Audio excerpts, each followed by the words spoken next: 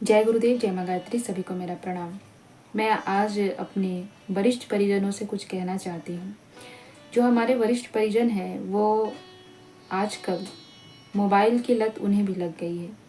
तो जो भी ऐसे हमारे वरिष्ठ परिजन हैं, गायत्री परिवार से जो जुड़े हैं या अन्य लोग भी हैं, सभी के लिए मैसेज है कि आप सभी मोबाइल से अपनी दूरी बनाएं। क्यों? क्योंकि एक तो ये आपके स्वास्थ्य पर बहुत प्रभाव डाल रहा है, दूसरा यह कि वह आपको भक्ति से दूर कर रहा है। ये समय होता है आपको ईश्वर के साथ जुड़ना चाहिए। इस समय में अधिक से अधिक आपको उपासना करनी चाहिए, अधिक से अधिक स्वयं के लिए साधना करनी चाहिए।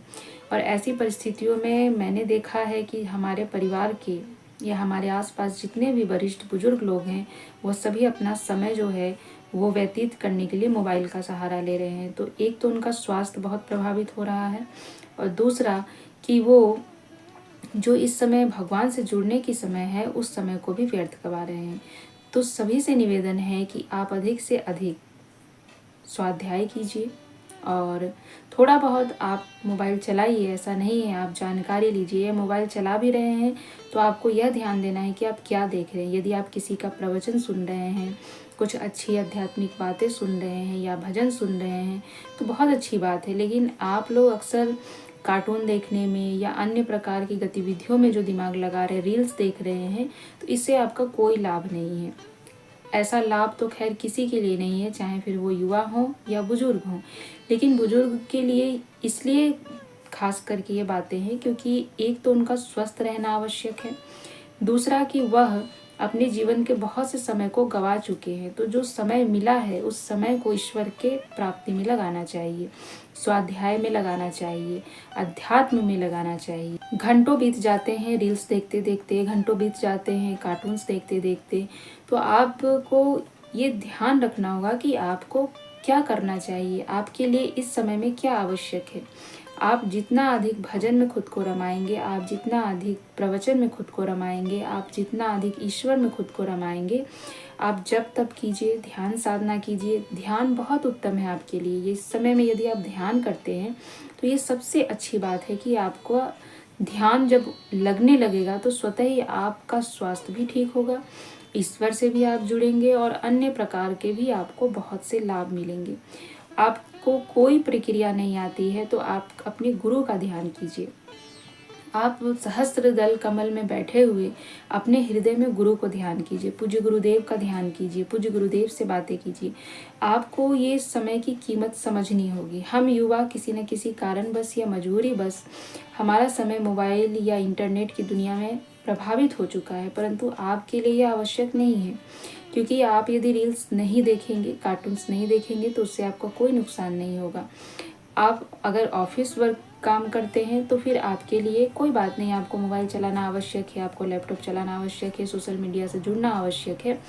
परंतु जो लोग ऐसे घरेलू हैं तो उनको ज़्यादा से ज़्यादा समय जो है या तो न्यूज़ देख लीजिए या आध्यात्मिक जो वीडियोज़ होते हैं उसको देखिए। आध्यात्मिक वीडियो में भी आप एकाध लोगों को चुनिए जिनकी बातें आपको वास्तव में सही लगती है। तो ऐसे गुरु के प्रवचन सुनिए, अपने गुरु का ध्यान कीजिए और ज़्यादा से ज़्यादा गायत्री मंत्र का जप कीजिए। इसी में आपका लाभ है, क्योंकि ये मनुष्य जीवन जो है आपको एक बार मिला है।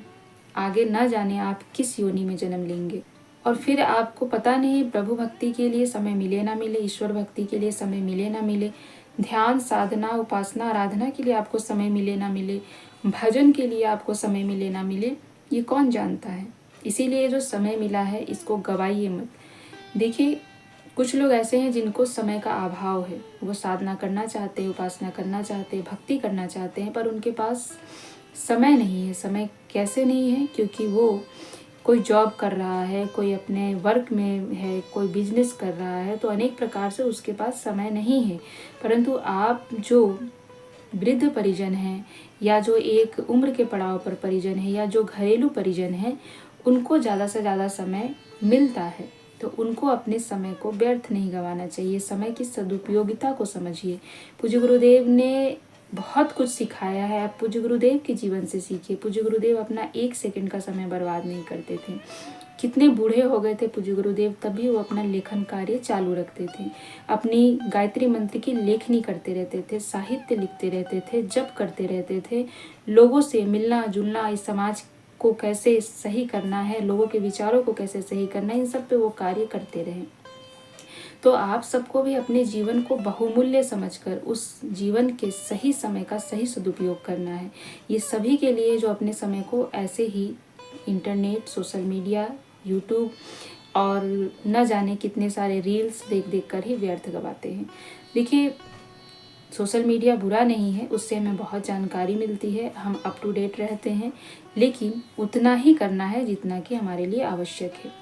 इसीलिए आप उसको उपयोगिता के हिसाब से उपयोग कीजिए, बहुत अच्छी बात है, लेकिन उसके अलावा जो आपको समय मिला है उस समय का सदुपयोग कीजिए। मैं सिर्फ इतना चाहती हूँ कि जो समय आप लोगों को मिला है उसमें आप अपने अच्छे कार्यों को करें, ईश्वर भक्ति करें, भजन करें, कीर्तन करें, ध्यान करें, साधना करें, उपासना करें, पूज्य गुरुदेव का ध्यान करें और स्वाध्याय करें।